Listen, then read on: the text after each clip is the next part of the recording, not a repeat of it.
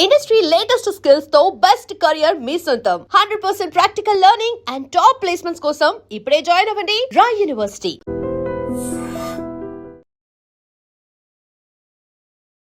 Welcome to iDream media.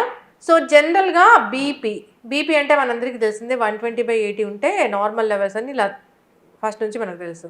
కానీ ఇప్పుడు BP లెక్కలు మారాయి. 140/90 ఉన్న నార్మలే అంటున్నారు. వాస్తవం ఎంత? అసలు బీపీని మనం ఎలా చెక్ చేసుకోవాలి? మనం బీపీని తగ్గించుకోవాలంటే ఎటువంటి జాగ్రత్తలు తీసుకోవాలి? వివరాలు తెలుసుకుందాం. మనతో పాటు ఉన్నారు ప్రముఖ pulmonologist and critical care specialist doctor Ravindra గారు.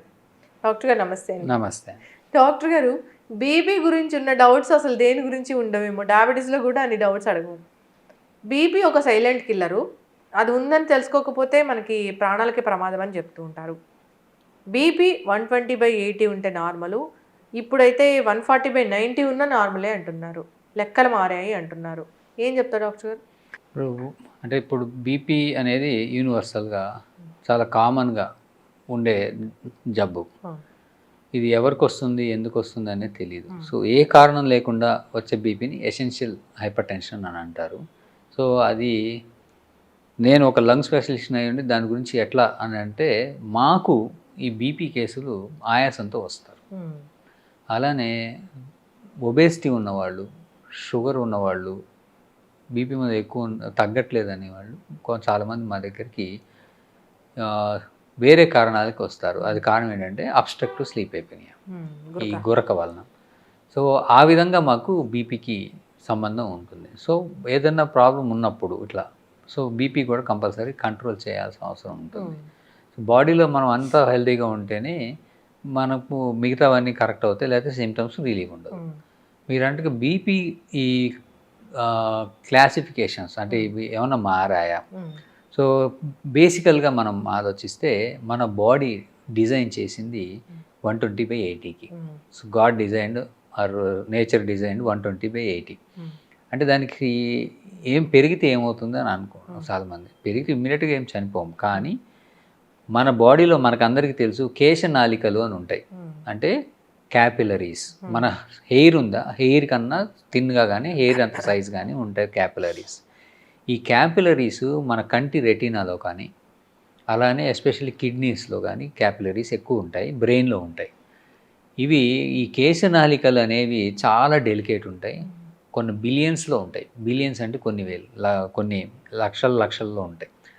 వీటికి 120/80 దగ్గరే మన బీపీ ఉన్నప్పుడు కూడా మనం పుట్టినప్పటి నుంచి చనిపోయి రోజు కొన్ని అవి పగిలిపోతుంటాయి, హీల్ అవుతుంటాయి, కొన్ని తగ్గిపోతాయి. అందుకే మనం ముసలోళ్ళం అయ్యే కొద్దీ ఆ క్యాపిలరీస్ పోయి మనకి ఏజ్ పాటు పోతాయి కొన్ని. కానీ ఈ బీపీ అనేది కొంచెం పెరిగింది అనుకోండి, సో ఆర్గాన్ డ్యామేజ్ అనేది జరుగుతుంది. అయితే ఇప్పుడు ఎట్లా అంటే, ఇప్పుడు మనం పైప్ లైన్ చూస్తాం, ప్రెషర్ ఎక్కువైతే పగిలిపోతుంటాయి. సో చాలామందికి అర్థం కాని విషయం ఏంటంటే, ఈ బీపీ ఎక్కువైనా కానీ నేను 150/80, 160/90, 100 కూడా వేసుకొని తిరిగేస్తూ ఉంటారు. ఏమైనా అడిగితే నాకు బాగానే ఉంది కదా, నాకేం ప్రాబ్లం? ఆ ప్రాబ్లం వారికి ఆ క్షణానికి ఉండదు, లోపల ఆ కేశనాళికలు చచ్చిపోతూ ఉంటాయి. ఫర్ ఎగ్జాంపుల్ కొన్ని బిలియన్స్లో ఉన్న కేశనాళికలు అలా చనిపోతూ ఉన్నప్పుడు మనకి తెలిసే టైం వచ్చేసరికి కొన్ని సంవత్సరాలు పడుతుంది. ఆ సంవత్సరాల టైం తర్వాత మళ్ళీ తూచి ఇప్పుడు నేను బీపీ కంట్రోల్ చేసుకుంటాను అని నాకు ఆ కేశనాళికలు వెనక్కి రావాలంటే రావు. So that's called end organ damage. So మెమరీకి లాస్ రావటం, స్ట్రోక్, పగిలిపోయి రక్తనాళాలు చిట్లిపోయి మనకి పక్షవాతాలు రావడం, కంటిలో హైపర్టెన్సివ్ రెటినోపతి అని కళ్ళు చూపు పోవటం, రెటినా దగ్గర బ్లీడ్ అయిపోయి కేశనాళికల వలన. ఈ కిడ్నీలో ఈ క్యాపిలరీస్ పగిలిపోయి CKD, so flea eaten kidney అంటే లోపల డ్యామేజ్ అయిపోయి హైపర్టెన్సివ్ వలన వాళ్ళకి సీకేడీకి వచ్చేసి డయాలసిస్కి వెళ్ళిపోతారు, కిడ్నీ ఫెయిల్యూర్ అయిపోతారు. ఇవి కాక బీపీ ఎక్కువ ఉండటం వలన వాళ్ళకి, ఫర్ ఎగ్జాంపుల్ ఒకళ్ళు 150/90 ఉంది, సో వాళ్ళకి బాగానే ఉన్నాడు, కానీ వాళ్ళకి ఫ్లక్చువేషన్ ఆఫ్ మూడ్స్ ఉంటాయి, ఫ్లక్చువేషన్ ఆఫ్ ఎమోషనల్ థింగ్స్ ఉంటాయి. కొంతమంది కోపం వస్తుంది, కొంతమంది భయం వేస్తుంది, కొంతమంది ఎక్సర్సైజ్ చేసి పరిగెత్తాల్సి వస్తుంది, కొంతమందికి బరువులు ఎత్తాల్సి వస్తుంది.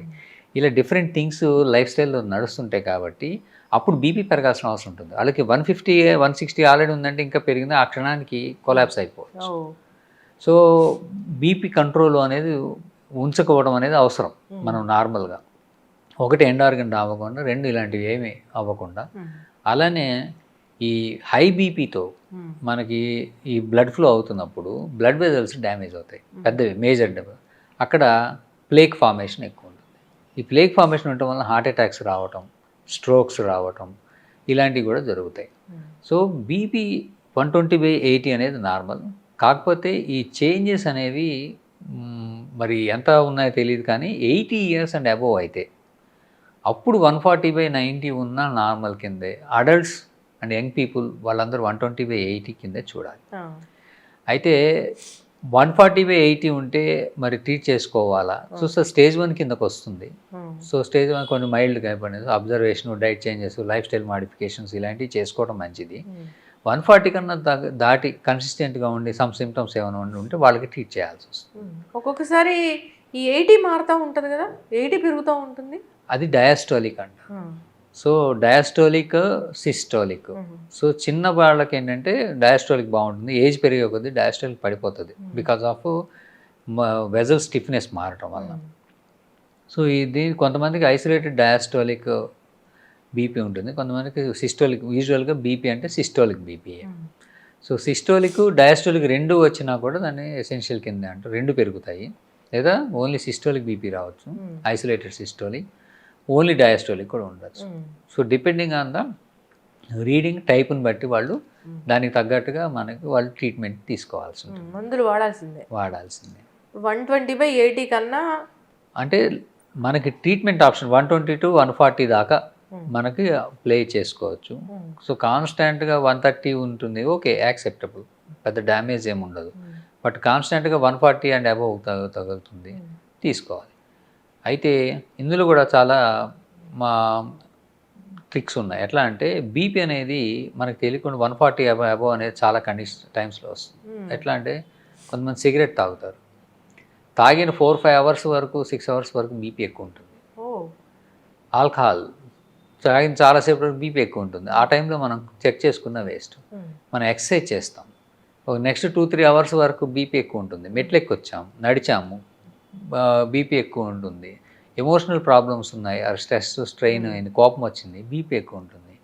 ఫుడ్ తిన్నాం, స్టిమ్యులెంట్స్, ఇప్పుడు మసాలా ఆహారం తిన్నాం, వెంటనే బీపీ చెక్ చేయకూడదు, అప్పుడు ఎక్కువ ఉంటుంది. సో అలాగా చాలా కండిషన్స్ ఈ బీపీని మారుస్తుంటాయి. సో అవి తెలుసుకొని బీపీ చెక్ చేసుకోవాలి. యూజువల్గా బీపీ రెస్టింగ్ బీపీ అంటారు. రెస్టింగ్ బీపీ అంటే మనం ఫ్రెష్గా నిద్ర మంచిగా లేవగానే ఆ టైంలో ఉన్న బీపీ అనేది మనది బేస్ లైన్ కరెక్ట్ బీపీ. అంటే నిద్ర లేవగానే బీపీ చెక్ చేసుకోవాలి, చేసుకుంటే అది కరెక్ట్గా తెలుస్తుంది. ఈవినింగ్ సాధారణంగా లంచ్ తర్వాత యూజువల్గా బీపీ కొంత ఎక్కువ ఉంటుంది. సో ఆ టైంలో చెక్ చేసి 140 ఉందంటే మేబీ అది normal evening. So by the time evening వచ్చేసరికి మనకి ఈ లైఫ్ స్టైల్ స్ట్రెస్ ఉంటాయి కాబట్టి యూజువల్గా ఈవినింగ్స్ అనేది ఎక్కువ ఉంటుంది. సో దాన్ని మనం పట్టించుకోము. సో ఇవన్నీ ఏంటంటే ఫిజిషియన్ చూసుకొని దాన్ని బట్టి వాళ్ళకి డెఫినెట్గా అవసరమా లేదా అనేది వాళ్ళు డిసైడ్ చేస్తారు. సో మనం అందరూ కూర్చొని చూసుకొని పైకి వచ్చింది, ఇది కిందకు వచ్చింది, ఇవి పెరిగాయి, ఇలాంటి వరీ సమస్య అంటే అన్నీ తెలుసుకోవాల్సిన అవసరం లేదు. సో ఇప్పుడు విషయం ఎట్లా ఉందంటే సెల్ఫ్ డెసిషన్ ఎక్కువైపోయింది, దానివల్ల వచ్చిన ప్రాబ్లమ్స్ ఎక్కువైపోతున్నాయి. సో చాలామంది ఏం చేస్తున్నారు, వాళ్ళకే వెళ్తారు, వాళ్ళే టెస్ట్ ఇస్తారు, ఇచ్చేసి వాళ్ళే టెస్టులు తీసుకొని వచ్చి చదివేస్తారు. అది పక్కన నార్మల్ వాల్యూస్ ఉంటాయి, దాన్ని చూసి కంపేర్ చేసుకుంటారు. సో చేసుకొని వాళ్ళే ఒక ఇమాజిన్ చేసుకొని దాన్ని కొన్ని రోజులకు ఒక యాంటీబయాటిక్ కూడా వాడేస్తారు, కొన్ని వాడేస్తారు. సో యూజువల్గా ఏంటంటే ఒక జబ్బు వచ్చింది అని దానికి ఏ టెస్ట్ చేయాలి అని, దానికి ఇంటర్ప్రిటేషన్స్ ఏంటి, దానికి ఏ ట్రీట్మెంట్ ఇవ్వాలి అని ఈ మధ్య పేషెంటే చేసేసుకుంటాం. అవును, చాట్‌జీపీటీని అడిగితే కూడా చెప్తుంది. బట్ దిస్ ఈజ్ నాట్, ఇది వేరే ఏ కంట్రీలో లేదు, ఒక ఇండియాలోనే ఉంది. So this is because of government problem. So life is precious అని చెప్తూనే we are doing so many wrong things where it becomes hazardous. చాలామంది చనిపోతున్నారు ఇలాగా self medication, self treatment, self pain killers antibiotics అయితే. సో ఇట్లావన్నీ చేసుకొని డెత్ అయితే ఉన్నాయి. సో అవి ఎంతవరకు ఉన్నాయనేది మనకి డేటా తెలియదు, but we are seeing many cases. So ఇందులో కూడా బీపీ దగ్గరికి వచ్చేసరికి కూడా సో ఆ ఫ్యాక్టర్స్ అనేవి అన్నీ అందరికీ తెలియడానికి ఛాన్స్. హెల్త్ కేర్లో ఉన్న వాళ్ళకి తెలుసుకోవాల్సిన వాళ్ళు అదే పని మీద ఉంటారు కాబట్టి. సో సో వాళ్ళ పర్యవేక్షణలో అట్లీస్ట్ వన్స్ ఆర్ ట్వైస్ వెళ్తే తెలుస్తాయి. దెన్ మీ షెడ్యూల్ పిక్ చేసుకొని తర్వాత దాన్ని ఫాలో అయ్యే సెల్ఫ్ మేనేజ్మెంట్ ఆఫ్ డిసీజ్ అంటారు ఎప్పుడైనా కానీ. సో ఫస్ట్ ముందే ఎక్స్పెరిమెంట్ చేయకుండా know the disease, then know the facts, staging of your disease ఎలా ఉంది, ఫ్యూచర్ అట్లా ఏం చేసుకోవాలి, what are the risk factors మనం అన్నీ తెలుసుకోవాలి. అవి తెలుసుకున్నాక జబ్బును మనం మేనేజ్ చేసుకోవాలి. మరి డాక్టర్ గారు బీపీ ఒకసారి వచ్చింది, డాక్టర్ ట్యాబ్లెట్ రాయడం మొదలు పెట్టారు, వాడమన్నారు, మేము మొదలు పెట్టాము, ఇది స్టాప్ చేసే పరిస్థితి ఎప్పుడైనా వస్తుందా? బీపీ అలాంటివన్నీ ఏంటంటే ఇర్రివర్సిబుల్ కండిషన్స్, ఒకసారి వస్తే ఉంటాయి. Very rarely few people, like sugar కూడా కొన్ని రోజులు ఉంటుంది మాయమైపోతుంది, అట్లా బీపీ కూడా కొంతమందికి ఆఫ్టర్ సమ్ కండిషన్స్ మాయమైపోయి కొంత తగ్గుతుంది. కారణాలు మల్టీఫ్యాక్టోరియల్. ఎలాంటి వాళ్ళు షుగర్ కంట్రోల్లో పెట్టుకొని బరువు తగ్గిపోయి డైట్ చేంజ్ చేసుకొని, సో స్ట్రెస్ లెవెల్స్ మారిపోయి, ప్రొఫెషన్ మారిపోయి, వాళ్ళకి ఏదో ఒక ఫ్యాక్టర్ అది కాజ్ చేసి వెళ్ళిపోయినాయి అనుకోండి, వాళ్ళు నార్మల్ అయ్యి చాలామంది బీపీ మందు వేసుకోకుండా కొన్ని సంవత్సరాలు బాగానే ఉంటారు. సో అలా వెళ్ళిపోవాలని 100లో ఒకరిద్దరికి జరుగుతుంది, 6,000లో కొంతమందికి అవుతుంది. మిగతా వాళ్ళందరూ కూడా అట్లానే అవుతుంది అనుకుని మానేస్తే మాత్రం వాళ్ళకే నష్టం జరుగుతుంది. సో బీపీ అనేది వచ్చింది ఉందా చెక్ చేసుకోవాలి రెగ్యులర్గా. ఈ చెక్ చేసుకుంటూ బీపీని దాన్ని బట్టి వాళ్ళు డెసిషన్ తీసుకోవాలి. అయితే చాలామంది నేను గమనించాం, మాకు వచ్చేవాళ్ళు ఈ ఆయాసంతో వస్తారు, బీపీ మంది వేసుకున్నారు, సార్ బీపీ చూసుకుంటే నార్మల్ ఉందని మానేసామండి.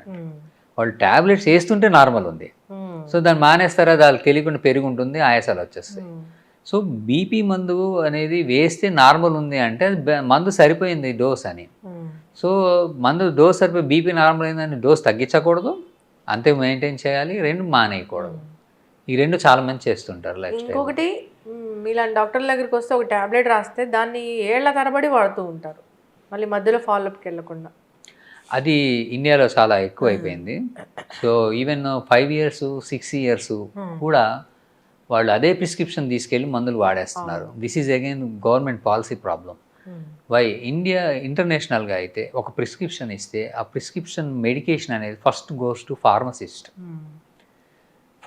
ఎందుకంటే మెడిసిన్స్లో చాలా క్లాసిఫికేషన్స్ ఉంటాయి.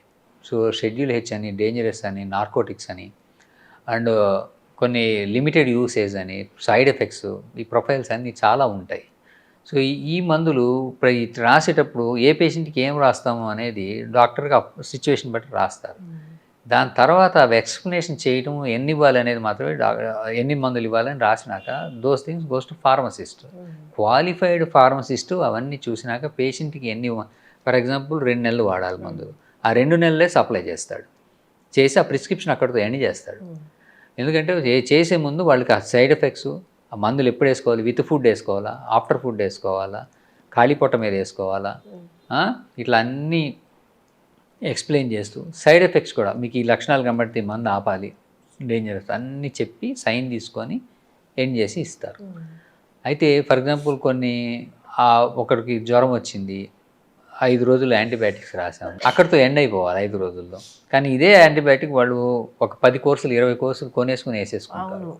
సో అదే వచ్చింది కదా లాస్ట్ టైం, మళ్ళీ డాక్టర్ దగ్గరికి వెళ్తే సేమ్ మందు రాస్తాడు. సో అనవసరంగా వెళ్ళడం ఎందుకు, ఇదే ప్రిస్క్రిప్షన్ తీసుకెళ్ళి వాడేద్దాం. యాక్చువల్లీ ఏంటంటే మనం వెళ్ళి వెర్బల్గా అడిగినా, మనం వెళ్ళి ఓల్డ్ ప్రిస్క్రిప్షన్ ప్రొడ్యూస్ చేసినా, మనం వెళ్ళి మనకు ఒక టెస్ట్ చేయమని చెప్పినా ఇవి లీగల్లీ చేయకూడదు. ఇది గవర్నమెంట్ మరి ఎందుకు పట్టించుకోవట్లేదో మరి గవర్నమెంట్కే తెలియాలి. ఎందుకంటే ఒక మెడిసిన్ అనేది రూల్ దాటి వేస్తే ఎనీ మెడిసిన్ దాని సైడ్ ఎఫెక్ట్స్ ఉంటాయి. కొంతమంది సైడ్ ఎఫెక్ట్ వర్సెస్ లైఫ్, ఇప్పుడు అది వేయకపోతాడు చనిపోతాడు, లేదు వేస్తూ కొన్ని సంవత్సరాలు బతుకుతాడు, కొన్ని డెకేడ్స్ బతుకుతారు, సో వేయమని చెప్తారు. సో ఈ benefit versus loss, benefit versus side effects, ఇవన్నీ వాళ్ళకి డాక్టర్ చెప్పి చేస్తారు. సో కొంతమందికి ఏంటంటే రాలేరు, పూర్ పీపుల్ ఉంటారు, సో వాళ్ళకి చెప్పేస్తారు ఈ 6 నెలలు వేసేసుకో, ఈ సంవత్సరం వేసుకో, క్రానిక్ డిసీజ్, మధ్యలో ఉంటారా లేదా టాప్అప్ ఇస్తారు. ఇప్పుడు ఏంటంటే వాళ్ళు ఒకే మెడికల్ షాప్లో కొనాలని రూల్ లేదు. సో ఒక మెడికల్ షాప్లో కొన్నాక యాక్చువల్లీ వెస్ట్రన్ వరల్డ్లో కానీ ఎక్కడ అదర్ దాన్ ఇండియా ఆ ప్రిస్క్రిప్షన్ ఇంకో చోటకి వెళ్ళడానికి లేదు. సో వాళ్ళకి దొరకదు. అప్పుడు ఏం చేస్తారంటే వెస్టర్న్లో కూడా డాక్టర్స్, నువ్వు రాలేవు, నీకు ప్రాబ్లం ఉంది, so we will give top-up when ever you ask. So వాడు $400 ఛార్జ్ చేసేవాడు $10 $20 తీసుకొని కొంతమంది నీడి వాళ్ళకి వాళ్ళ కోసం వచ్చి అంత కట్టాలి, వాళ్ళకి ఆ టాప్అప్ ఇచ్చేస్తారు. సో అది రూల్. బికాస్ డేంజరస్ మందులు వాడుకొని కిడ్నీ పోగొట్టుకొని, కెమికల్స్ లివర్ పోగొట్టుకొని, ఆ సమ్ అదర్ ఇష్యూస్ రెసిస్టెన్స్ తెప్పించేస్తారు. రెసిస్టెన్స్ అంటే మందులు పనిచేయకపోవటం ఇన్ఫెక్షన్స్కి, ఇవన్నీ జరుగుతున్నాయి. కాబట్టి సో పర్యవేక్షణలో ఎక్స్పెరిమెంట్ చేయకుండా అసలు మందులు వాడకూడదు, అవసరం లేదు, వచ్చింది అదే అనుకుని వాళ్ళే అన్నీ వాడేస్తామంటే 5 ఏళ్ళు డాక్టర్ చదవటం వేస్ట్, 15 ఏళ్ళు చదవటం వేస్ట్. అందరూ ఇండియాలో ఇట్లా జరుగుతూనే ఉంది. సో ఆ నాలెడ్జ్ డాక్టర్ పెట్టుకోవడం అనేది అనవసరం అంటే ఒక సెక్టర్కి. So these things are very ridiculous అయిపోతుంది. సో దీనికి తగ్గట్టుగా మనకి నేషనల్ హెల్త్ పాలసీ కింద వాళ్ళు ఇవి చేయాల్సినవి చాలానే ఉన్నాయి. సో బీపీ మందు ఒకసారి వచ్చి స్టార్ట్ చేసినాక పోవడం అనేది జరగదు. జరిగితే అది చూసుకొని ఆపుకోవాలి. సాధారణంగా బీపీ మందు అవసరం లేదంటే వాళ్ళకి బీపీ పడిపోయి డౌన్ అయిపోయి కిందకి నీరసాలు రావడం, కొలాప్స్ ఇలాంటివి అవుతాయి, అప్పుడు ఆపుతారు. బీపీ వేస్తుంటే నార్మల్ మందు వేస్తున్నారు కానీ రికార్డింగ్ నార్మల్ వస్తుంది, దేర్ బీపీ ఉన్నట్టు వాళ్ళు మందులు కంటిన్యూ చేయాల్సి. ఇప్పుడు బీపీ డౌన్ అయిపోవడం అంటే ఎంత పడిపోతే డౌన్ అయిపోయింది అన్నట్లు? 90 సిస్టోలిక్ అండ్ 60 to 70 డయాస్టోలిక్. అంటే మనకి ఒక 30 సిస్టోలిక్లు పడిపోయినా అంతకన్నా డౌన్ అయితే కిడ్నీ అనేది ఫెయిల్ అయిపోయే ఛాన్స్ ఉంటుంది. అంటే కిడ్నీకి మనకి యూరిన్ ఫామ్ అవ్వాలంటే ఒక ఫిల్టర్ అనమాట. కిడ్నీ ఫిల్టర్ అవ్వాలంటే మనకు ఒక ప్రెషర్ ఉండాలి. ఆ ప్రెషర్ లేకపోతే కిడ్నీ ఫెయిల్ అవుతుంది. వన్స్ ఫెయిల్ అయిందంటే అది వెంటనే మళ్ళీ పనికి రాదు. అంటే ఇప్పుడు ఈరోజు బీపీ నాకు సడన్గా కొలాప్స్ అయిపోయి బీపీ పడిపోయింది, ఒక 2 నిమిషాలు పడిపోయింది. ఈ లోపల నేను చనిపోలేదు కానీ నాకు ఐ ఫ్లూయిడ్స్ ఇచ్చారు, రికవర్ అయ్యాను. బీపీ పెరిగింది కానీ కిడ్నీ పని చేయమంటే వెంటనే పని చేయదు, దాని ఎక్యూట్ కిడ్నీ ఇంజరీలోకి వెళ్ళిపోతుంది. అది టేక్స్ సమ్టైమ్స్ 2 days, ఒకసారి గంట పట్టచ్చు, ఒకసారి వారం పట్టచ్చు, ఒకసారి డయాలసిస్ కూడా చేయాల్సి రావచ్చు. సో క్రిటికల్లీ డౌన్ అయినప్పుడు మాత్రం దాన్ని లో బీపీ అని పడిపోతాం, దానికి మనం వెంటనే క్లియర్ చేసుకోవాలి. సో దాని పరిస్థితి రాకుండా చూసుకోవాలి. తెలిసిపోతుంటుంది వాళ్ళకి వీక్నెస్, కొలాప్స్ అవటం, స్వెట్టింగ్ రావటం ఇలాంటివి వచ్చేస్తుంటాయి. సో బీపీ చెక్ చేసుకొని ఆ మందులు వేసుకోకపోవడం, వేసుకొని ఆగటం, అవసరమైతే ఐ ఫ్లూయిడ్స్ వెంటనే ఇవ్వటం, మెడికల్ అటెన్షన్కి వెళ్ళటం జరగాలి. మరి డాక్టర్ గారు, ఉప్పు తింటే బీపీ బాగా పెరిగిపోతుందా? ఎస్, ఉప్పు అనేది బీపీ పెరగడానికి ఒక కారణం రావడానికి. ఏంటంటే మనకి టోనిసిటీ అంటాం. ఇప్పుడు మనం ఏంటంటే నీళ్ళలో మనం ఈ ఉప్పు కలిపితే దానికి ఒక టోనిసిటీ వస్తుంది, దాని డెన్సిటీ పెరుగుతుంది. సింపుల్గా చెప్పాలంటే మనం కోడిగుడ్డు నీటిలో వేస్తే మునిగిపోతుంది, అది ఉప్పు నీళ్ళు వేస్తే తేలుతుంది. సో దానికి ఉప్పు కలిసింది అంటే దాని యొక్క మారాలి, రక్తం యొక్క కెపాసిటీ మారుతుంది, చిక్కదనం అవుతుంది. అంటే టోనిసిటీ అంటారు. ఆస్మోలారిటీ, టోనిసిటీ పెరగటం వల్ల బీపీ పెరుగుతుంది. సో ఈ బీపీ పెరుగుతుంది కాబట్టి బీపీ రాకుండా ఉండాలన్నా వచ్చిన వాళ్ళైనా ఈ ఉప్పుని కంట్రోల్ చేసుకోవాలి. పచ్చళ్ళు కూడా తినకూడదు. పచ్చళ్ళు అంటే డైలీ బాడీలోకి వెళ్ళాల్సిన ఉప్పు ది బెస్ట్ అంటే 1.5 grams కన్నా తక్కువ ఉండాలి. సో మన ఇండియాలో అయితే 4-5 grams వెళ్ళిపోతుంది, ఎక్కువ వెళ్తుంది. సో 1.5 grams నుంచి 2300 అంటే 2.3 grams లోపలే ఉండాలి రోజు వెళ్ళేది. అంతకన్నా ఎక్కువ వెళ్తే మనకి బీపీ వలన వచ్చే నష్టాలు ఎక్కువ వస్తాయి. కిడ్నీ కూడా వాటిని బయటికి తీయలేదు, అంటే యూరిన్లో మనకి ఈ సాల్ట్ బయటికి వెళ్ళిపోతాయి, ఎక్కువ ఎక్సెస్ ఉన్నది. సో ఆ కెపాసిటీ దాటిపోతుంది. సో మనకి బాడీలో ఉండిపోవడం వలన బీపీ ఎక్కువే ఛాన్స్ ఉంటుంది. అలాని అసలు ఉప్పు పూర్తిగా మానేస్తే కూడా కావాల్సిన మనకి లవణాలు కావాలి బాడీకి. ఆ లవణాలు మినరల్స్ లేనిదే మనం బతకం. సో పర్మిటెడ్ లెవెల్లో కరెక్ట్గా ఎంత కావాలో అంతే తీసుకోవాలి, ఎస్పెషల్లీ ఉప్పు. ఇప్పుడు నేను ఫస్ట్ టైం బీపీ చెక్ చేసుకోవాలనుకుంటున్నాను, లేదా నాకు బీపీ ఉందో లేదో తెలుసుకోవాలి, మానిటర్ చేసుకోవాలనుకుంటున్నాను. ఇప్పుడు ఒక ఎక్స్పెరిమెంట్ లాగే చూపించాలి మనము. బీపీ చెకింగ్ అంటే డిజిటల్ మీటర్స్ ఉంటాయి, లేదంటే మీ హాస్పిటల్స్లో అయితే వేరే అక్యురేట్గా చూపించేవి ఉంటాయి. సో డిజిటల్ దాంట్లో చూసుకునేటప్పుడు మేము ఎలాంటి జాగ్రత్తలు తీసుకోవాలి, చేసే తప్పులు ఏంటి ఒకసారి చూపిద్దాం డాక్టర్ గారు. దీనికన్నా ముందు ఈ బీపీ ఈ చెక్ చేసుకోవాలి, ఎప్పుడు చెక్ చేసుకోవాలి, అసలు లక్షణాలు ఏంటి? చాలామందికి లక్షణాలు ఉండవు. సో కొంతమందికి ఏంటంటే చేయి లాగటం, అది హార్ట్ అటాక్ లాగా, కొంచెం బీపీ ఎక్కువ ఉంటే చేయి లాగటం వస్తుంది, తల తిరుగుతుంటుంది, ఈ ఆక్సిపిటల్ అంటే ఈ మెడ దగ్గర నొప్పి వస్తుంది, దట్ ఇస్ ద మెయిన్ కారణం.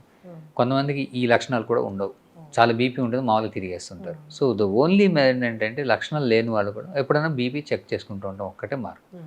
సో ఈ చెక్ చేయడం అనేది ఈ డిజిటల్, ఒకప్పుడు ఈ డిజిటల్ అనేవి లేవు. అవును. సో ఓన్లీ మాన్యువల్గా చూసేవాళ్ళు ఈ మెర్క్యూరీ మానోమీటర్ తోటి. ఆ డిజిటల్ కూడా అదే వచ్చాయి. కరెక్టా?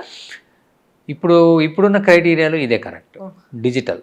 వై? ఇప్పుడు మ్యాన్ టు అంటే ఇంటర్ పర్సనల్ వేరియేషన్ అని అంటారు. పర్సన్ టు పర్సన్ అంటే ఒక పర్సన్ చూస్తే 180 ఉంటుంది, ఒక పర్సన్ చూస్తే 160 ఉంటుంది. ఒకే పేషెంట్ అదే టైంలో పర్సన్ వేరియేషన్ అనేది ఆ స్పీడు ఎంత స్పీడ్లో పడిపోతుంది, వాళ్ళు ఎంత అబ్జర్వ్ చేస్తున్నారు అని. సో ఇంటర్ పర్సనల్ వేరియేషన్ వలన బీపీ ఒకటి 140 చెప్తే ఒకళ్ళు 180 చెప్తారు. సో దానివల్ల ఏంటంటే ఈ డిజిటల్ అనేది సేఫ్. ఇప్పుడు వెస్ట్రన్ వరల్డ్లో దాదాపుగా పర్సనల్ చెకింగ్ లేదు, డిజిటలే వచ్చేసాయి. ఈ డిజిటల్ అనేది ప్రోగ్రామ్ లైక్ ఫిక్స్డ్గా ఒకే స్పీడ్తో చూస్తాయి. ఇప్పుడు మనకి పల్సు మనకి నిమిషానికి 72 సార్లు కొట్టుకోవాలి అంటే దాదాపుగా లెస్ దెన్ 1 సెకండ్కి ఒక బీట్ కొట్టుకుంటాం. ఈ బీట్కి మధ్యలో మనం ఎంత స్పీడ్గా మెర్కురీ కాలం దింపుతున్నాము అనేది, బాగా స్పీడ్ దింపితే బీపీ ఉన్నా కూడా తెలియదు అసలు. అయితే మంచి. సో ఇదైతే ఒకే స్పీడ్తో చూస్తాయి, ఒకే స్పీడ్తో చూస్తే. కాకపోతే ఇందులో కొన్ని ఏంటంటే మిస్టేక్స్ ఏంటంటే చేయి కదిలిచ్చిన తర్వాత కఫ్ సరిగా పెట్టుకోకపోయినా, లూజ్గా కట్టినా అవి పనిచేయదు, రీడింగ్ తప్పు ఇస్తుంది. సో అవి ఎర్రర్ ఇస్తుంది. సో దానికి రకరకాల కారణాలు ఉంటాయి. ఒకటి ఏంటంటే ఒబేసిటీ. సేమ్ కఫ్ అన్ని సైజులకి సరిపోదు. సో వాళ్ళకి సరిపడా సైజు కఫే తీసుకోవాలి. యూజువల్గా యూనివర్సల్గా అందరికీ కనబడే తీసుకొస్తారు. పీడియాట్రిక్స్కి చిన్న పిల్లలకి ఇది పెడితే బీపీ తక్కువ వస్తుంది, అలానే ఒబేసిటీ ఉన్న వాళ్ళకి ఇది పెడితే బీపీ ఎక్కువ వస్తుంది. సో చేతికి కాలుకి వేరే ఉంటాయి కఫ్. సో వాళ్ళకి తగ్గట్టుగా large, extra large or normal or small depending అని తీసుకోవాల్సి ఉంటుంది. కఫ్ మారుతుంది, ఈ చేతి కట్టేది మార్చుకోవాలి. యూజువల్గా ఏంటంటే నార్మల్ వెయిట్ ఉన్నవాళ్ళు, లైట్ ఒబేసిటీ ఉన్నవాళ్ళు, అంటే చెయ్యి లావు లేని వాళ్ళు ఈ దీంతో సరిపోతుంది.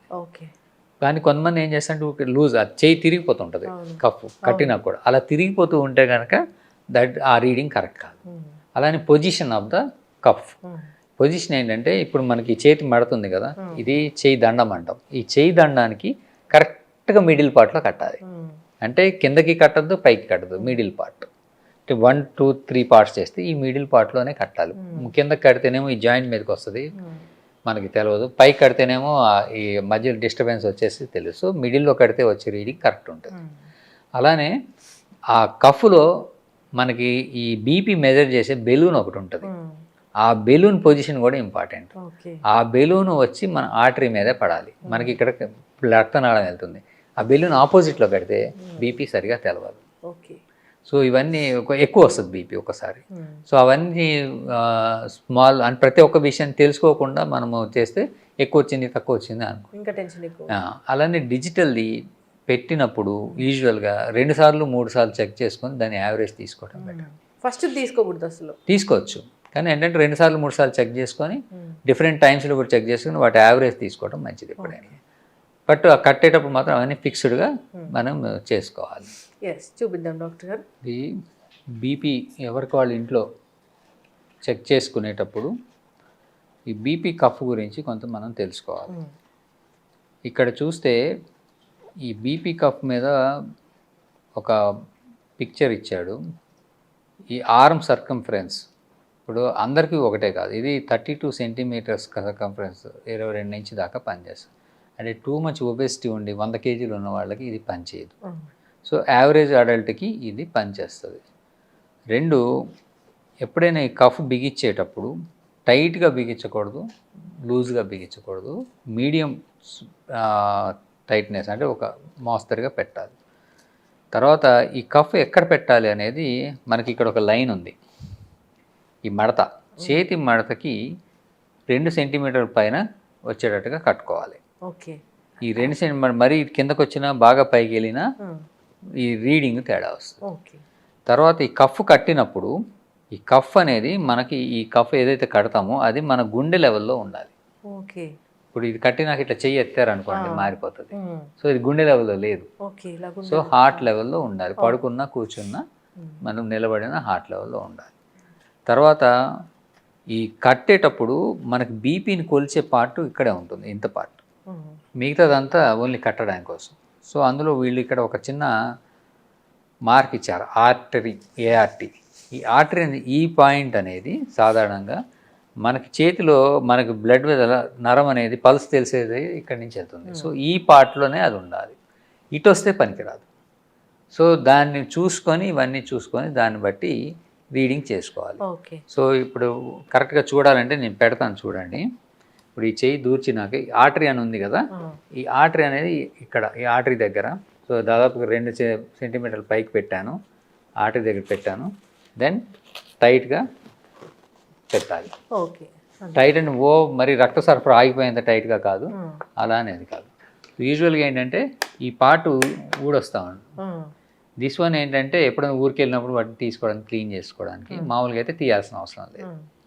సో ఇది వేసినాక దీన్ని మనం చెయ్యిగా పూర్తిగా కదిలించకూడదు. ఇది స్టార్ట్ చేసిన దాని టైం తీసుకున్నప్పుడు చెయ్యి కదిలిస్తున్నా, మనము మాట్లాడుతున్నా, తిరుగుతున్నా రీడింగ్ మారిపోతుంది. ఓకే. సో చెయ్యి కదిలించకుండా మనం ఇది ప్రెస్ చేసి వెయిట్ చేయాలి.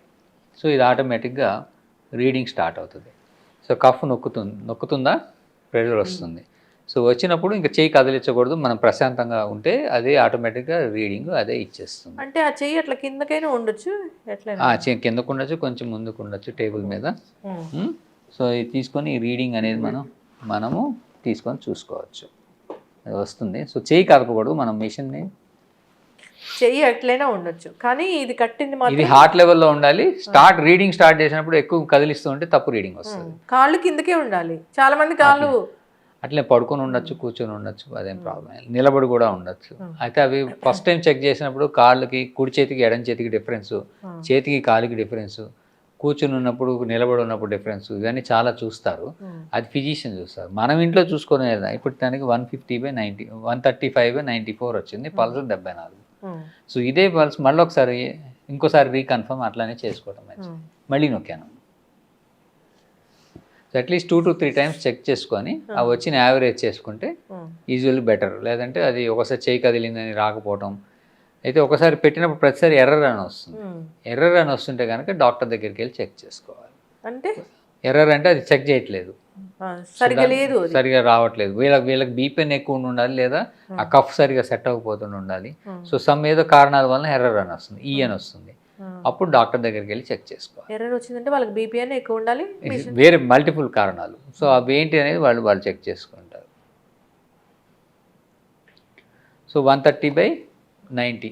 సో ఇందాకట్లానే దాదాపు అంటే 5 ప్రతిసారి ఒకటే రాదు, గుప్పిడి గింజలు తీసేది. సో మనం ఏం విల్ కన్సిడర్ ఇట్ అది 130/90. అంటే ఇప్పుడు ఇది మధ్యాహ్నం తీస్తున్నాం కదా, ఈవినింగ్ ఇప్పుడు దాదాపుగా ఒక కాఫీ టీ తాగుంటాడు, భోజనం చేశాడు. So this is a normal BP for person. So 130/90 symptoms ఏమి లేవు కాబట్టి వీ కన్సిడర్ అన్నారు, దాన్ని నోట్ చేసేసుకోవాలి. ఇది నార్మల్. సో పెట్టేటప్పుడు టైట్గా ఉండాలి, ఇవన్నీ వాళ్ళు చూసుకోవాలి. కఫ్ ఎవరి సైజు, ఏ సైజ్, అడల్ట్ సైజా కాదా, ఈ level of fixing heart level దగ్గర మిడిల్ ఆఫ్ ద ఆర్మ్లో పెట్టుకోవాలి, ఈ గ్యాప్ చూసుకోవాలి. ఈ ఆర్టరీ మార్క్ ఆర్టరీ మీదే ఉండాలి, ఆర్టరీ, దెన్ అది కరెక్ట్ రీడింగ్ వస్తుంది. ఓకే, చక్కగా చెప్పారు డాక్టర్ గారు. అలా కాకుండా ఎలా పడితే అలా చెక్ చేసుకొని బీపీ ఉందని లేదా బీపీ లేదని ఇలా చెప్తూ ఉంటారు. డాక్టర్స్ కూడా రాంగ్ మెసేజ్ ఇస్తూ ఉంటారు. ఇదైతే పర్ఫెక్ట్గా మనం ఎలా మెజర్ చేసుకోవాలి ఏంటి అనేది. బీపీ ఎప్పుడైనా ఎర్లీ మార్నింగ్ మనం నిద్రలేస్తానే బీపీ చెక్ చేసుకోవాలి. Resting BP best option, best BP అది. అలా అని కాకుండా డేలో డిఫరెంట్ టైమ్స్లో చెక్ చేసుకొని దాన్ని బట్టి మనకు బీపీ ఉందో లేదా డాక్టర్ డిసైడ్ చేస్తాం. ఓకే, ఎస్, చక్కగా చెప్పారండి. ఇప్పుడు బీపీ టాబ్లెట్స్ అనేవి డాక్టర్ గారు అదొక పెద్ద డౌట్. ఇప్పుడు మార్నింగ్ వేసుకోవాలా, ఈవినింగ్ వేసుకోవాలా? ఎప్పుడైనా 24 hours పనిచేస్తాయి బీపీ టాబ్లెట్స్ అని. అంటే ఇప్పుడు సాధారణంగా ఏంటంటే అందరూ మార్నింగ్ వేసుకుంటారు. ఎందుకు కారణం ఏంటంటే మనం ఈవినింగ్ వేస్తే నిద్రలో దాదాపుగా మనకు బీపీ తగ్గిపోతుంది, స్ట్రెస్ ఉండదు, స్ట్రెయిన్ ఉండదు, రెస్ట్లో ఉంటాం. సో పొద్దున్న లేవగానే, పొద్దున్న లేచిన దగ్గర నుంచి సాయంత్రం దాకా మనకి హడావుడిగా బిజీగా ఉండి స్ట్రెస్లు, స్ట్రెయిన్లు, ఎమోషనల్, ఎక్సర్సైజులు, పరుగులు పెట్టడాలు ఉంటాయి. సో ఆ టైంలో ఫ్లక్చువేషన్స్ ఉంటాయి కాబట్టి పొద్దున్నే బ్రేక్ఫాస్ట్తో మనము బీపీ వేసుకుంటే ఆ మిగతా రోజంతా కంట్రోల్లో ఉంటుంది. బట్ అలానే అది నైట్ పనిచేయదని కాదు. యూజువల్గా ఇప్పుడు వస్తున్న ట్యాబ్లెట్స్ ఏవైనా కానీ sustain release, control release, modified release, ఇలా ఎక్స్టెండెడ్ రిలీజు, ఇలా డిఫరెంట్ మెథడ్స్లో తయారు చేస్తున్నారు కాబట్టి అది ఒకసారి మనం మింగితే అది 24 hours పనిచేస్తాం. ఓకే. సో అందుకని మింగగా పనిచేస్తూనే ఉంటుంది. సో కొంతమందికి యూజువల్గా మార్నింగ్ తీసుకుంటే ఓకే, కొంతమందికి ఫిజిషియన్ డిసైడ్ చేస్తారు మధ్యాహ్నం వేసుకోమని, రాత్రి వేసుకోమని. మరి 4-5 మందులు అవసరం పడతాయి, కొంతమందికి తగ్గదు. సో అలాంటి వాళ్ళు డిస్ట్రిబ్యూట్ చేస్తారు, డే అంతా వాళ్ళు డిస్ట్రిబ్యూట్ చేసి ఈ టైంలో ఇది తీసుకోండి అని చెప్తారు. సో ఒకే ఒక మెడిసిన్ తీసుకోవడం అంటే యూజువల్గా బెస్ట్ ఈజ్ మార్నింగ్, బట్ మిగతా టైంలో తీసుకున్నా కానీ పనిచేస్తుంది 24 hours కాబట్టి. చక్కటి ఇన్ఫర్మేషన్ డాక్టర్ గారు. కానీ ఏదైనా ఒక టైంలో తీసుకుంటేనే మంచిది. వాళ్ళు ఏదైనా మార్నింగ్ చెప్తే మార్నింగ్ తీసుకోవడమే మంచిది. ఆ టైం ఎవ్రీ 24 hours వేసుకుంటూ ఉంటే వాళ్ళకి కరెక్ట్గా మెయింటైన్ అవుతుంది డ్రగ్ డోసేజ్ అనేది బాడీలో. ఎస్, చక్కగా చెప్పారండి. బీపీ అనేది ఎంత ఉండాలి అంటే 120/80 అదే ఉండాలి. సో ఇంకా 140/90 కన్సిడర్ చేస్తాము అంటే డిపెండ్స్ ఆన్ దేర్ ఏజ్ ఇలా చెప్తూ ఉన్నారు. సో అంతేకాకుండా బీపీ చెక్ చేసుకునే టైం మార్నింగ్ టైమే. మీరు చెప్పిన పద్ధతిలో చెక్ చేసుకోవాలని కోరుకుందాం డాక్టర్ గారు. బీపీ టాబ్లెట్స్ డాక్టర్ చెప్పకుండా మానేయొద్దు, మనం సొంతంగా డోస్ కూడా పెంచుకోకూడదు, డోస్ కూడా తగ్గించుకోకూడదు. చక్కగా చెప్పారండి. ఫాలో అవ్వాలని కోరుకుందాం. ధన్యవాదాలు. నమస్తే. And for more videos, Please subscribe to iDream. Please subscribe to iDream. Please subscribe iDream. And please subscribe to iDream. For more videos, subscribe to iDream. please like, share and subscribe to the channel. Congratulations, iDream. Subscribe to iDream. Subscribe to iDream. So subscribe to iDream Media. iDream ki iDream team andarki huge congratulations. Please subscribe iDream Media. Please subscribe to iDream. Subscribe iDream. Please subscribe to iDream. iDream అంటే నా కళల ఛానల్ను subscribe చేసుకున్న నోరు తిరుగుతలేదు, మీరైతే గంట గుర్తు కొట్టండి. For more such videos, please subscribe to iDream. Subscribe to iDream. Please subscribe to iDream. Please subscribe iDream Media. Please do subscribe to iDream. Please subscribe to iDream Media. For best entertainment and information, please subscribe iDream. And don't forget to subscribe to iDream.